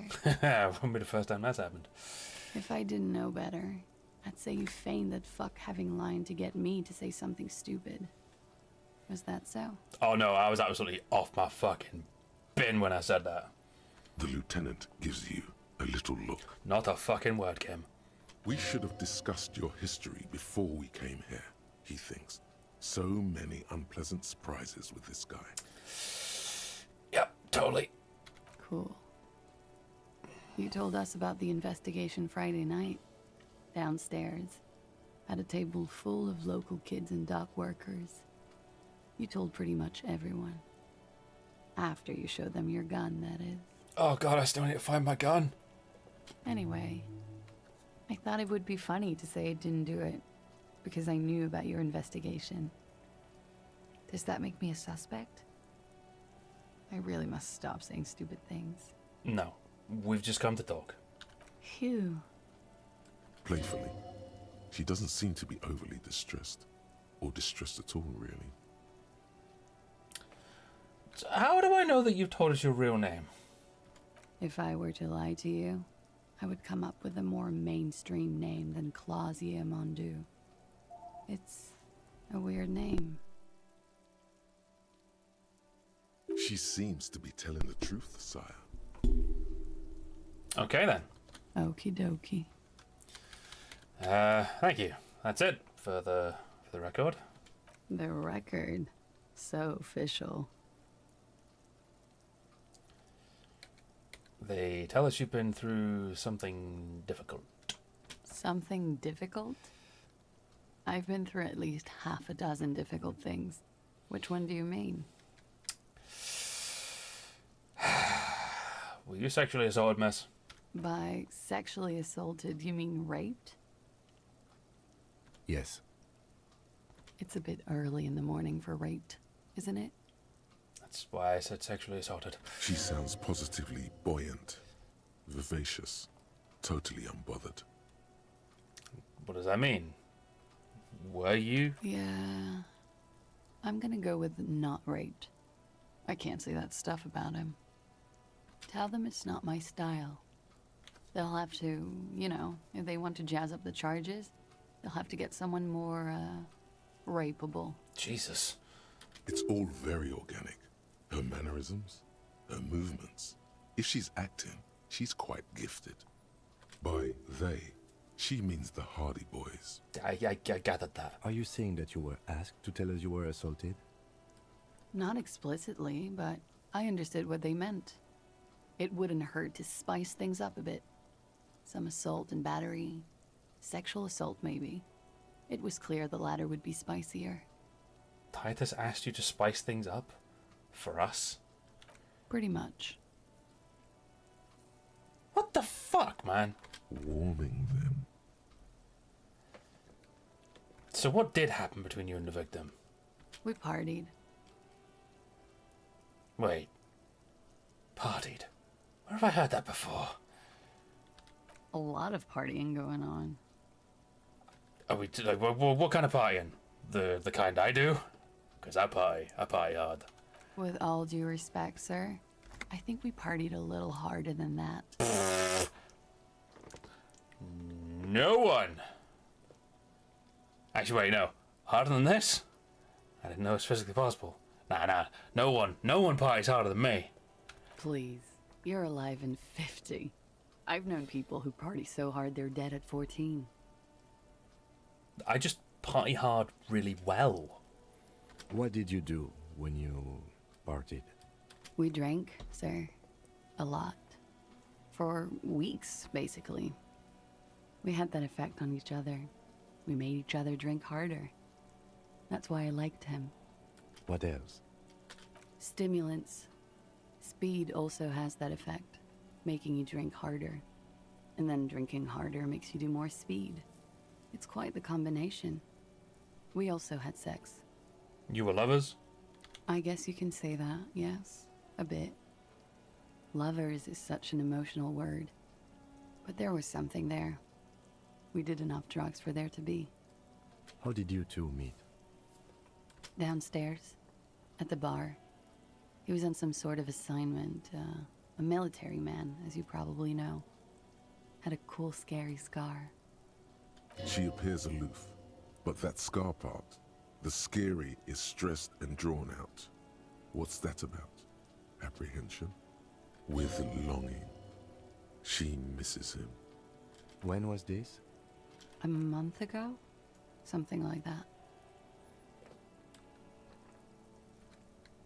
What can you tell me about him? Name, eyes, age? I'm sorry, I can't do it. Not right now. Later, maybe.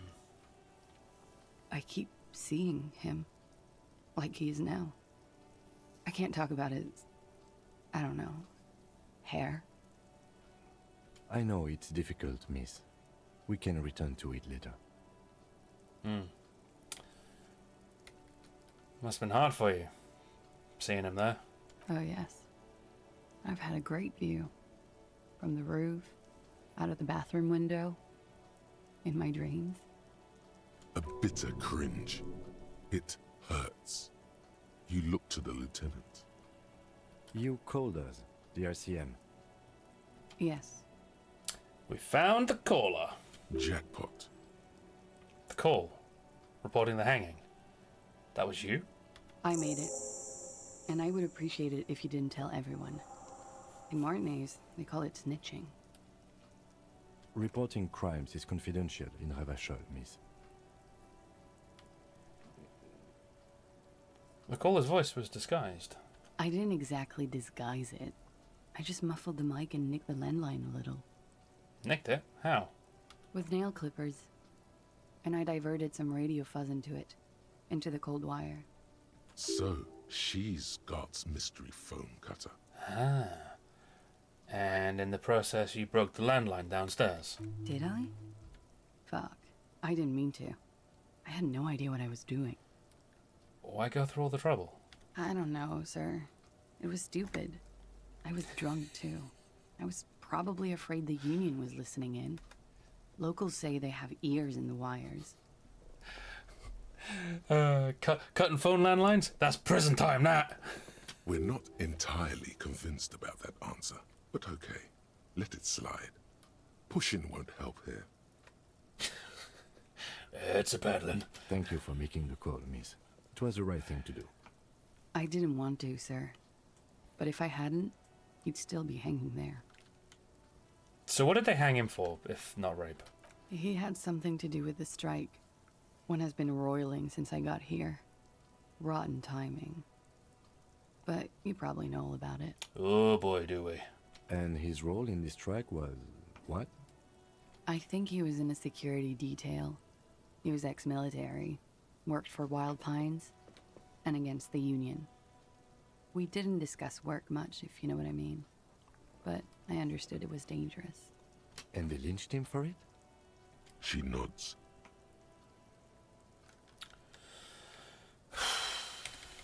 Why was there a bullet in his head? Oh yeah, Jason, we found the bullet in his head.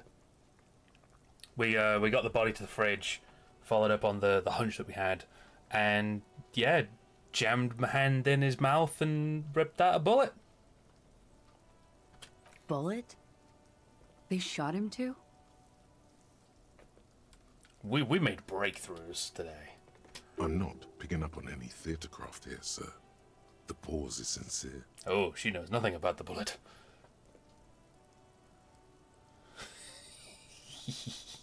They stripped his clothes and they shot him? You mean after they hanged him?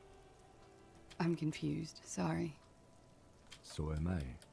Were you aware that he had also been shot, miss? Things are starting to go a little over my head here. I thought he was hanged. Very good, Jason. Good shit. I was not present when they did it. I don't know what happened. I just know what they told me. And Sylvie, the bartender.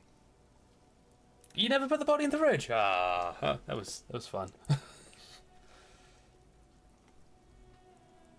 This is beginning to get confusing for you too, and we don't like that. Where was she last Sunday night? I think, to be fair, the fridge thing only opened up because I failed that check. When I had that hunch, like, oh, there's something here that we've missed. And I failed that, and then it's like, can we? There's something else here, but we need to keep the body. Where can we put it? I know. We've got a massive fucking fridge. Let's put him in there. Where were you when this happened? Cowering. I was cowering downstairs with Sylvie. Okay. How do the Hardy Boys know you? They're frequent guests. Downstairs, they have a booth for union members. They're probably down there now.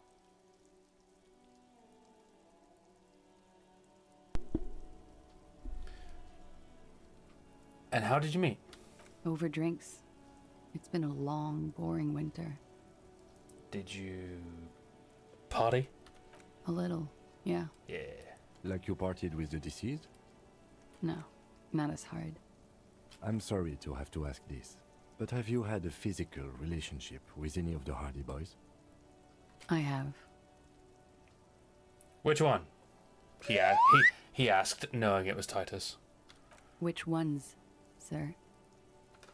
I don't remember precisely. Titus, obviously. But as I said, it's been a while. Could that have been part of the reason they hanged him? Could that be why they lynched him? Jealousy? I hope not. Actually, I know that's not the reason. I'm careful about that kind of thing. Not crossing the wires, you know? But that's probably where they got the rape idea. What do you mean? Men like that? I don't know. It's the way their imaginations work. I suspect it's what they'd like to do to me.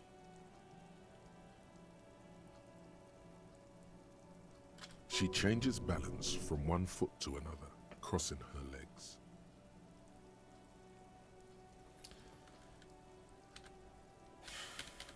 Thank you for telling us all of this, miss. I'm not asking number 2. She breathes a silvery sigh of relief and weariness. The air on the roof feels humid. Should we head by downstairs, officer? We may have things to discuss there. As he says so, you feel the young woman looking at you and get a feeling you can't quite put your finger on. A suspicion? I had something else before we go. A little thing. She nods. Silvery cigarette fumes disappear into her mouth. What else we got here? Yeah, nice room we got here. Yeah, it's pretty deluxe. No one likes to talk about their dirty laundry and their empty bottles. Maybe if you phrase it emotionally. You've got quite the collection of prescription drugs down there. Sean, your stomach's rumbling again. What are you doing here in the Welling and Rags? I'm wintering. How long have you been staying here? About 4 months. I came in November. Why here? Here in the Whirling, here in Martinez, or here in Revachol? Here in the Whirling. Because it's the funkiest building in Martinez. And because all the other buildings are bombed to hell. That window over there is new. It is. She moves slightly to your left to check her reflection in it. The lieutenant makes a note in his notebook. He finds the answer unsatisfying.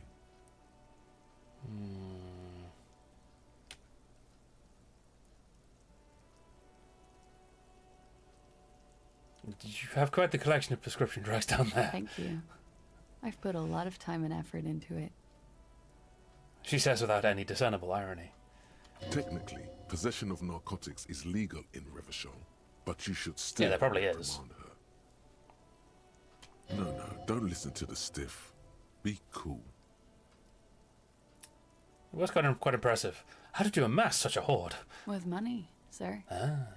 It's not exactly the anti-star size caboodle I intend for it to be one day, but it's getting there. The Anti-Star is, or was, a Vespertine rock and roll star who liked to do drugs. He did so many drugs, he eventually mutated into a corpse.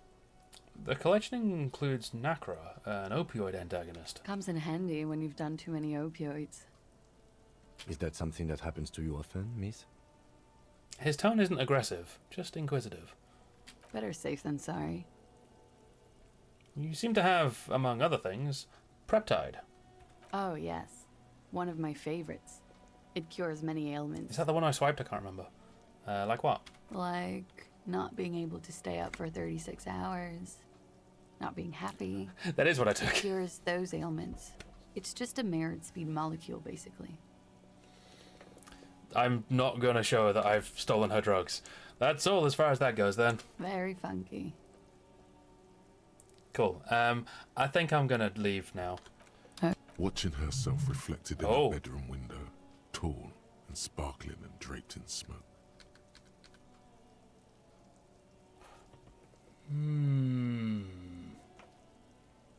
Volition.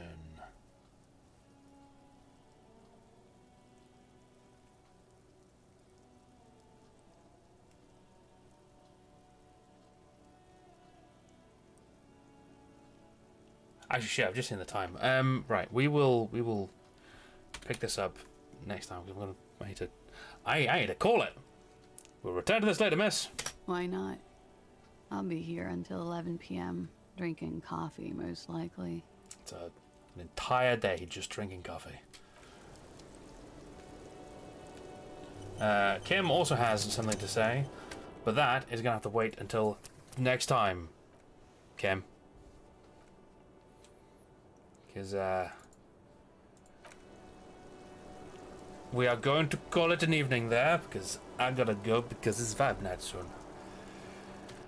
So yeah, a lot of progress made once again. The body has now been officially dealt with. We asserted dominance, or authority, over Titus, and talked to the victim who wasn't, in fact, sexually assaulted, apparently.